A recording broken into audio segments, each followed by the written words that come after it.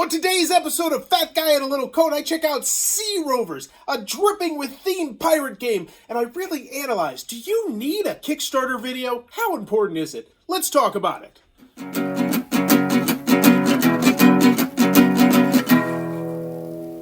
What does that even mean, Bauer's Game Corner?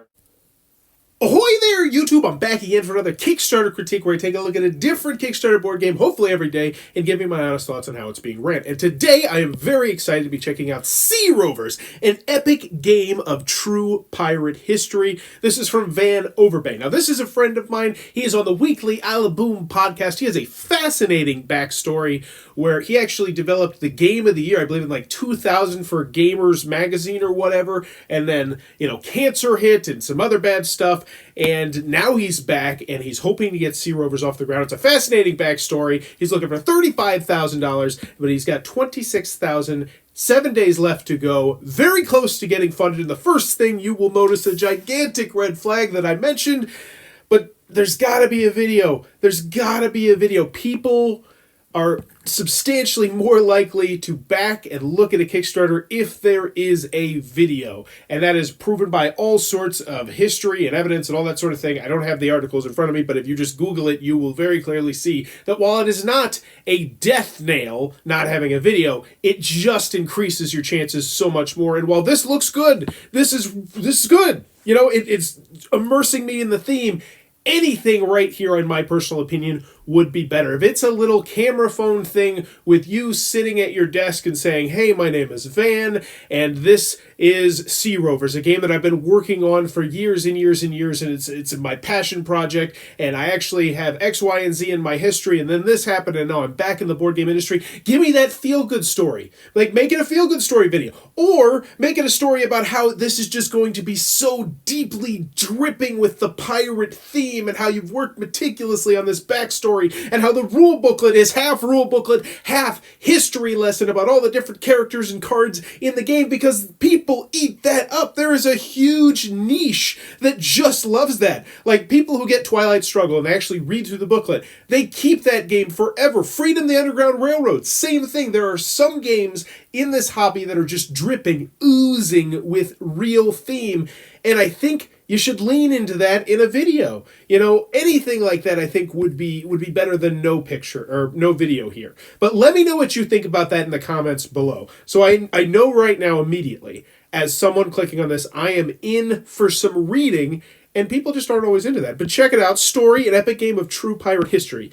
Overview. Welcome to SeaRovers, a game of pillage and plunder set in the golden age of piracy. From Blackbeard to Sir Henry Morgan, history's most fiendish freebooters come to life in this greed-filled game of strategy and adventure. This all sounds very, very good. And just from the get-go, artwork is always very subjective, but I absolutely adore this artwork. There are some people who are going to back this purely for the artwork and the theme, and I hope you're reaching out to other piratey groups on Facebook, on Twitter, on Instagram, like letting people who just love pirate stuff know about this game, because man, I love that art style.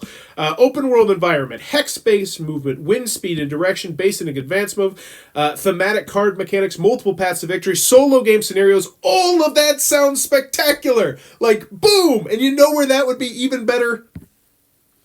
A foot up. Like, in that video, tell me about it. Wet my whistle. Prepare me for some reading.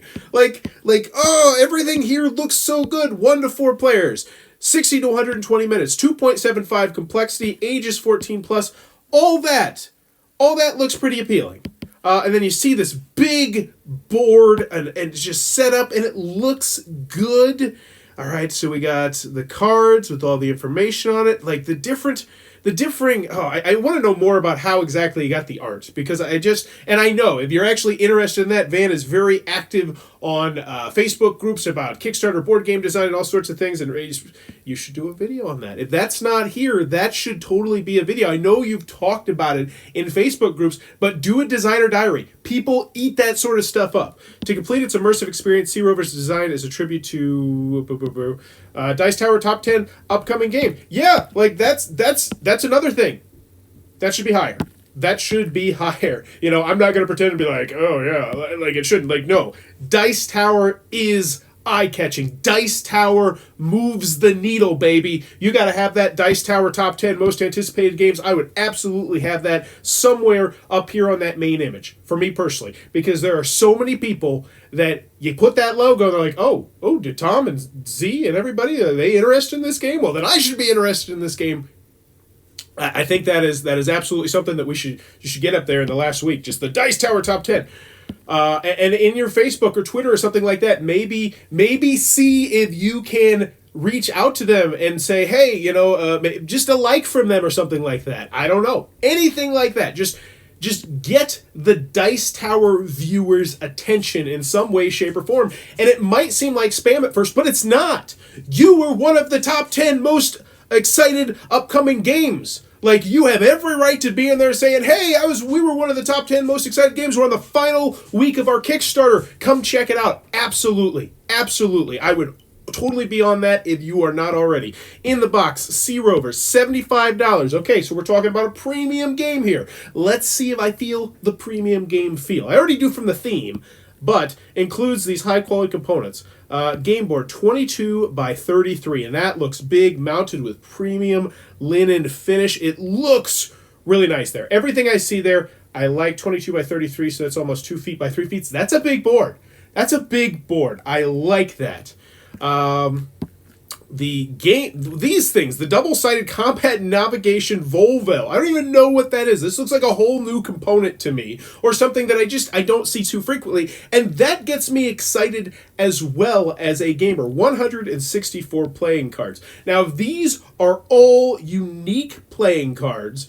I would mention something about that, or even if it's like 120 of them are unique play cards, I would try, if that is a selling feature, in fact, because I don't know the full layout of all the cards and how many there are of each one, but if they are unique, or a good chunk of them are unique, I would totally mention unique cards, because when I hear unique cards, I think variability. I think, I'm going to play this game the second time, and it's going to be different from the first time, and that's a huge selling point to a lot of people. Now, I've seen some arguments with people say, reviewers lean way too much on that, because most of the time people don't play games that much. Still, I personally will continue to lean on that, because in theory, if you really enjoy board games and you play them more and more and more and more and more, you will eventually get to that point, potentially, where you're like, okay, I really like a game in my collection to be different every time I play it.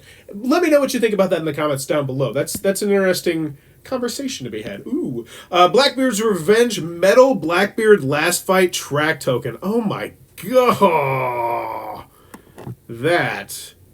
Oh, look at the wood. Look at the wood grain. I really like the touches on that. I think that looks really nice. Okay.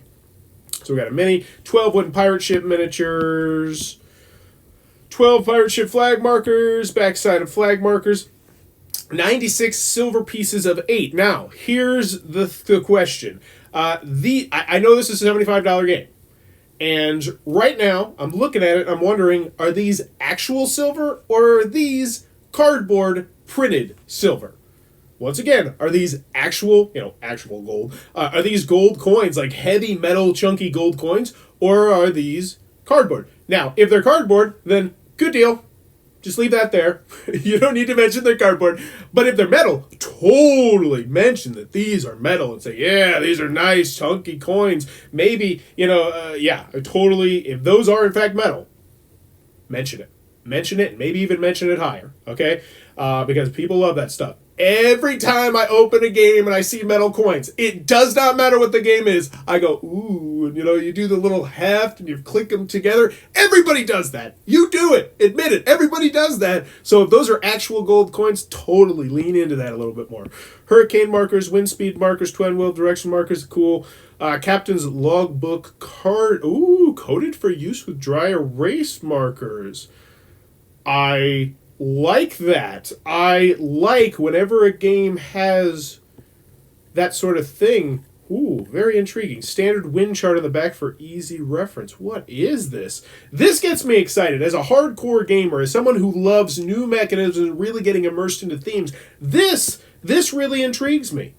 And once again, I hate to beat the dead horse here, but stuff like that would look way better in a video. Like if you mentioned, so I probably went over like 5 things so far that I absolutely are like, this is awesome. This is what I want from a board game. And I had to scroll down to find them all. And that's fine, but you know what would be even more fine? If there was just a video that was like, oh yeah, we got this, and this.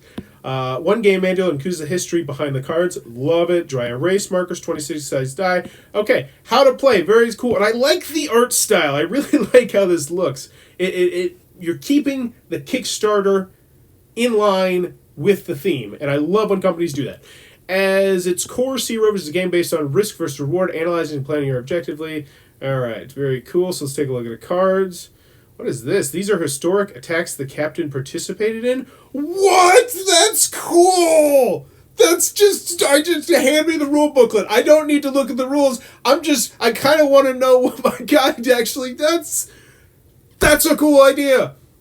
Just period. If you like history games, if you're a history buff, that's just really neat. This is the number of dice the captain rolls when making captain save rolls.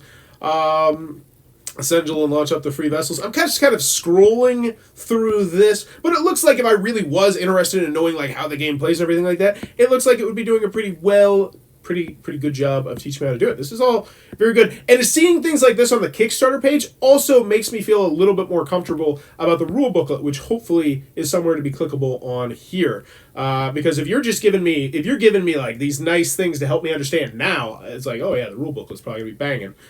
Wild pledge levels, okay, $75. You know, one thing that I would recommend here, and I've seen some posts about this, and I've seen some articles about this, is they highly recommend, and I would agree with it, if you have the capability to do it, on this part where you have the pledge levels, actually have a picture of exactly what you get. So I like the artwork, it's cool there, but maybe just like underneath that, it's like, here's a picture of the game, plus, you know, stretch goals, whatever it may be.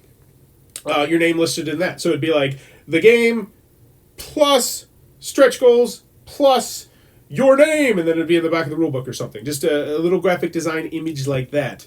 And you could probably make that in like Canva or something. You know, it doesn't have to be super fancy. I mean, obviously, you look like you've gone, you know what, I take that back. Bowers Game Corner's held together by thumbtacks. Okay, but, but this clearly shows that you either hired someone or you know how to do some graphic design work, because this looks very appeasing.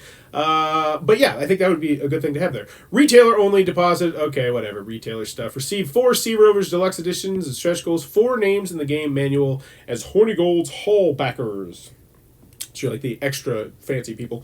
Davy Jones Locker, 1 SeaRover Deluxe Artist Proof game, and all unlocked deluxe stretch goals. The first 12 SeaRovers game will ship to me as artist proofs. Okay, very cool. So cost for shipping will be charged in the Pledge Manager after the campaign ends. $14 to $16. Estimated shipping costs. I like this. And I say this a lot. You ding people. I've dinged a lot of people for this. You gotta have shipping. Even if, right here, I'm not 100% sure what it's going to be because I'm trying to get the price down for you, but this is where it's going to fall. This general price range. Just giving this to people is fine. And then even if it comes back and they're like, oh, it's $16.25. 99% of people won't care. They'll be like, oh, whatever. So just having that extra warm security blanket there. Countries included, additional games, very cool. Extra swag, every pirate. Let's take a look over here. Oh my gosh, I'm using the wrong pen. I'm so sorry for all the clicking. So sorry. Oh, that's okay. $75. I have a special stylus that I use to prevent the clicking, and I am so scatterbrained I forgot. The Morgan's Manifest, we got 7 backers on that. I imagine, yeah, this is going to be the big one, 265 on that one.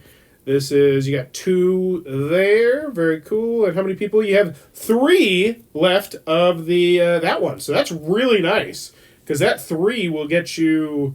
That'll get you $900. That's a good one. So let's see what the add-ons are. Extra double-sided combat navigation Volvel. Now, this I'm a little bit confused about. If this is a component in the game, why would I want another one? Like, is it easier if you have more than one? I don't know. Maybe some people use it as decorations. That's just an odd one to me. One Blackbeard's Last Fights poster. That is a pretty sick poster. Yeah, if you happen to be in that pirate niche As I mentioned at the very beginning, there is a specific niche of people that are just pirate fans. They're just gaga about pirates. They got everything pirate themed. You've seen it with Vikings and with all sorts of other different things. And, maybe something like that appeals to them. But that poster, that's a cool poster. One SeaRovers map art poster, I think that's a really cool idea as well. One double-sided neoprene player mat, $15. Now this, does this go next to it? Wow, that would really, if that goes next to it, full wrap graphic. Wow, that. And here's the thing: if I'm in on this game and I think this game looks amazing, and I am that pirate themed person, this, I think I'm in on this. That looks really cool. Previews. We got an overview at Origins 1, and I know he's getting some more out there, but that's another thing. You gotta have more. I shouldn't say you have to have more than one. You want to have more than one, especially this one being the BGG one. Not really many opinions, and it's you, I'm pretty sure. But then again, I know that he is working on getting more of those. Yeah, so these are these ones. So this is more like a how to play the style game, which is good. Yes. And so I really, solo mode. It took me a couple years to tackle. Oh, okay, I really cool. came up with a simple Is this system. how to play game through? Okay, you've got. Like it. Yes. Good. Every move, every piece. Let's see. Can I see everything? I'm really bad about West. this. Yeah. Looks good. 6 bases. Walking through everything. 2, 3, 4. Very nice. 6. Okay. All right. And I'm pretty sure you just couldn't hear the sound, but I know that Now let's get because I moving. watched part of this video earlier. Blackbeard's challenge. Oh, this is And then we've got this is a another. preview. Oh, this is another gameplay And solo that's a video. cool shit. Awesome, 2 of them. Excellent. The cards, the SeaRovers playing cards, are designed to provide a high level of replayability and create immersive atmosphere of true. Oh no! What am I talking about? Totally, a multiplayer game would be good here too. Just kind of makes sense, at least to me. No, we're not going to YouTube. Get out! What are we doing? Yeah, so that's one thing I would recommend. Obviously at this point in the game, it's very late, but yeah, and that's just in general. If your gameplay solo, absolutely, you need to have that solo gameplay video, 100%. Excellent. Have it 2, even better. But for everyone else who's not looking at it from a solo perspective, they might like to see at least a 2-3 player game. Now, 99% of the people are probably not going to click on that video. And when I say 99, it's actually probably closer to 99.5% of people are not going to click on that blanket. But it's that extra little security blanket. 164 breaks down as follows: 36 attack cards, 24 captains, 24 ships, 24 crew. And honestly, at this point, this is all good. This is all the stuff that you have to have, you need to have. But I think with a game like this, people have pretty much by this point decided I'm in or I'm not in for whatever reason. But having all this stuff down here, if they're still in that middle, this is going to convince them. The game board. Based on an early 18th century hand-colored copper engraving created by Dutch cartographer Pierre van Das. Wow, that's really cool. Has that the first time this has been mentioned? That's stuff like there too. I would totally bump that little nugget somewhere there too, because that's really cool. Like if you are trying to sell me on that historical piratey theme, that is awesome. That's really that's great. But it needs to be a little bit earlier, I think. In a game of SeaRovers, the number of rounds varies depending on the game mode and the number of players. Oh, and this is just more about how... Oh, cool. They get zoomed in on certain spots in the map. This is all really well done. Oh, so here... Okay, so I think the order is maybe throwing me off a little bit. Because, yes, I was wanting to know earlier, what is this thing? What is this monstrosity? As a gamer, it gets me excited because it looks new and shiny. But to have it this far down, I don't know if that's the best idea. Let me know what you think in the comments down below, because when I see something different that I don't normally see in board games, I want to know about it now. Like, the first time I ever see a game and it's got a new mechanism, I'm like, whoa, what was that? A successful pirate is a skilled sailor and adept at weighing risk versus reward. To assist you in your pirate endeavor, SeaRovers comes with a unique double-sided combat/navigation Volvel. While not required to play, the combat side of the Volvel gives you a glimpse of your chances of success for any die roll you may encounter due to events during the game. That's awesome! That's great! So this is just a thing where you can just be like over here, because I'll be honest with you. Yeah, this is great, because a lot of people are not good at math. And there's 2 groups of people right now when I say that statement. There's the people who have someone at their game group who is not good at math, and they're like, oh yeah, that would be what that person would need. And there's the people who don't have that person that they game with, who are like, really? Are there people that bad at math? Yes, there are. I don't want to throw Lucy under the bus. Lucy's a good friend of mine. Lucy from Frost in the Corner, she is that person. She always has her calculator out doing the math at the end. So having something like this for those type of people is amazing. Not to mention for everybody else, it just makes it easier. So this is awesome. I would like to know about, I don't know if I want to, would I like to know about this earlier on? Yeah, I think so. It's just a really cool idea. Yes, I absolutely would. This, I think, needs to be higher because it's unique and it's different and it's double-sided. The navigation side of it shows you how to do the sailing. That's cool, man. That is freaking cool. I want to know about it sooner. Because like I said, and I just said it, I think most people, a minute or two ago, I said have probably made their decision whether or not they are in or out on this game. And this is the kind of thing where it's like, what? This is really cool.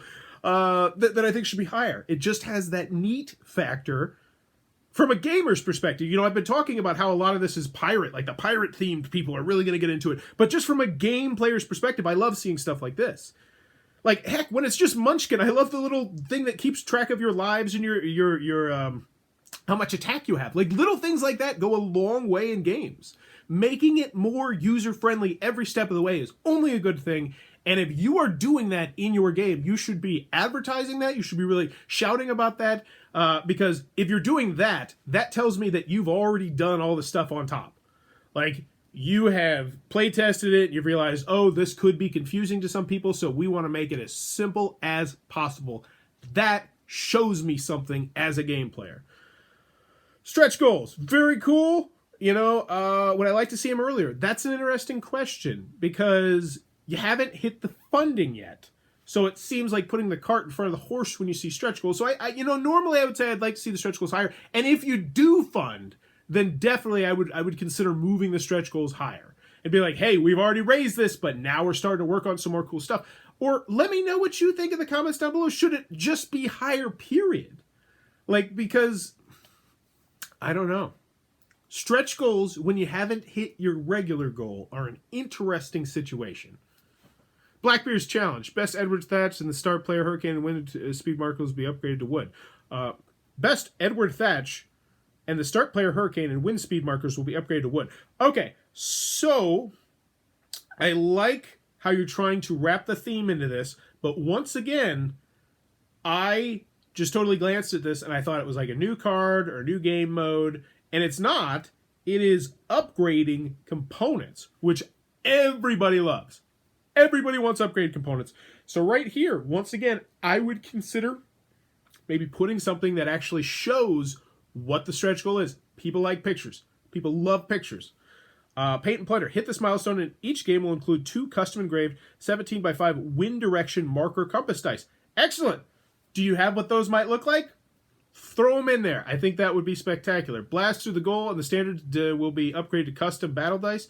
So this is all looking good, and it looks like you have what I like to call micro stretch goal. Now, obviously, they're not micro because $10,000 when you got 27 is a lot. But, I still call them micro because you don't want to get them too low. I guess they're not micro stretch. I guess they're just stretch goals. It's only micro stretch goals when you're at the millions of dollars. And once again, Kickstarter's weird. Kickstarter's so weird. It's so weird to think about how this game has to compete at the same price point as like some just crazy $1 million mini game that has 200 minis somehow in it because it's just going to be so mass produced because everybody's back in the Kickstarter. And it creates this really interesting economy when looking at Kickstarter board games.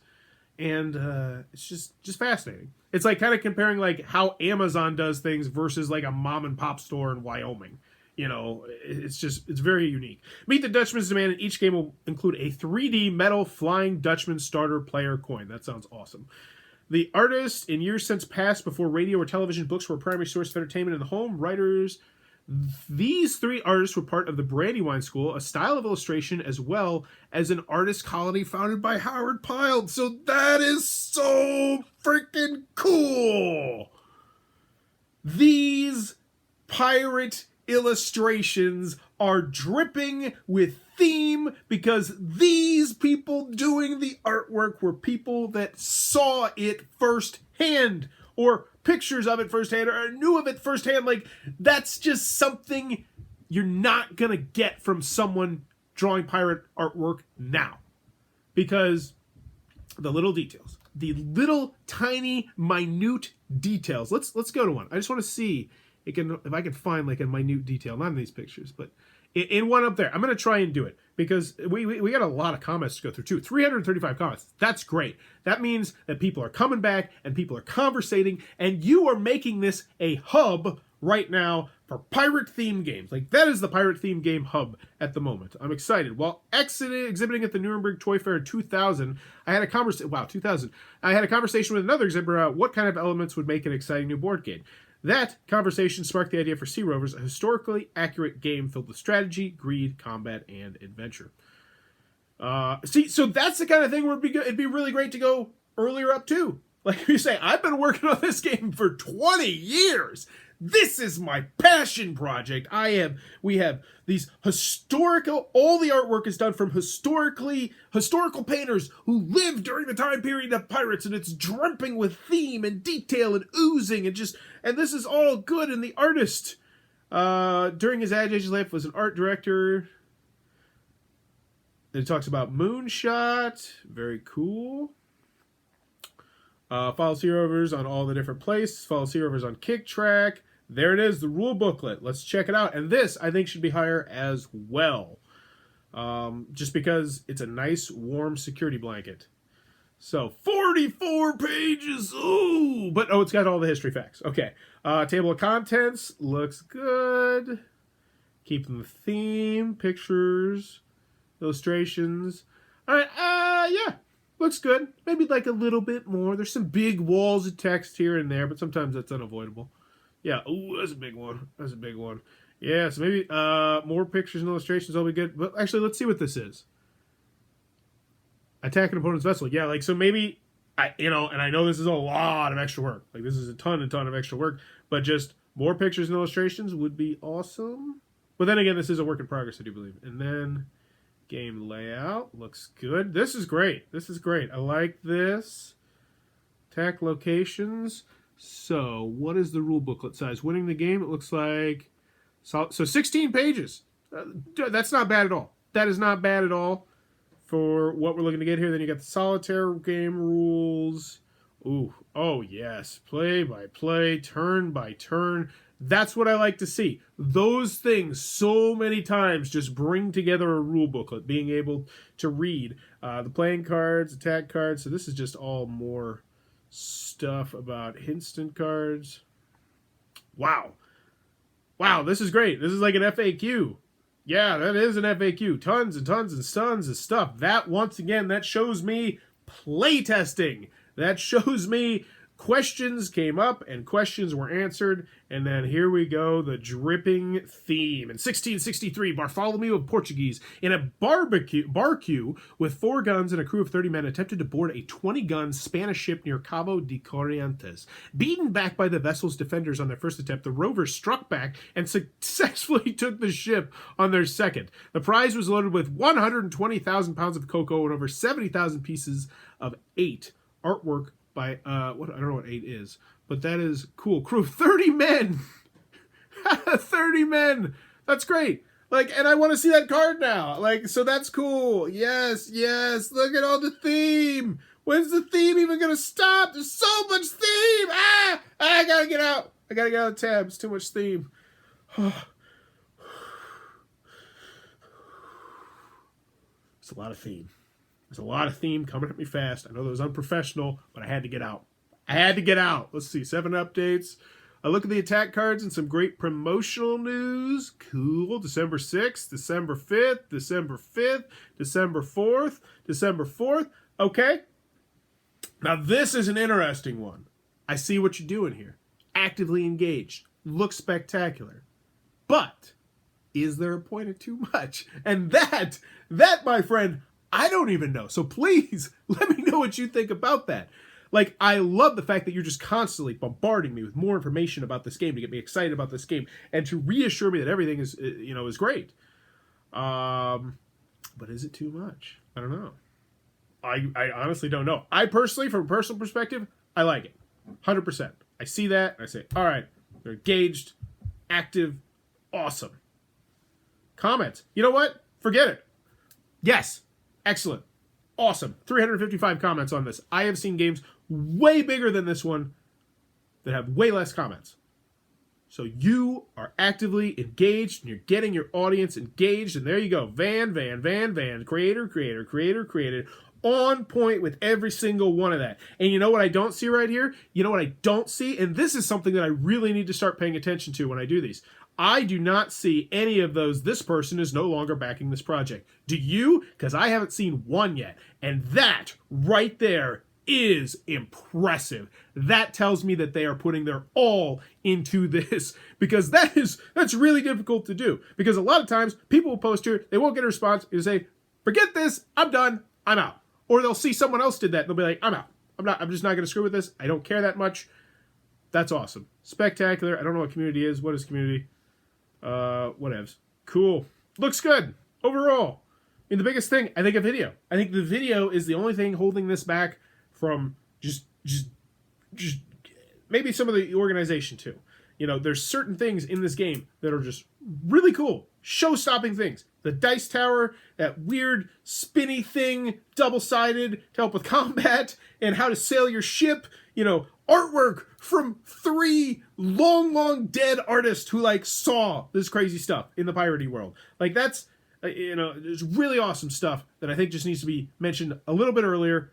But overall, SeaRovers, an epic game of true pirate history, I think has all the potential to just be a banging one. It really does. And from a personal perspective, I think it looks like a really cool game, too. But there you go. SeaRovers, an epic game of true pirate history. Tell me what you thought about this one. This one was a very, very meaty one. But let me know what you thought about it in the comments down below. And as always, if you were interested in having a game done, let me know in the comments down below. Or check out the Fiverr, because I do this.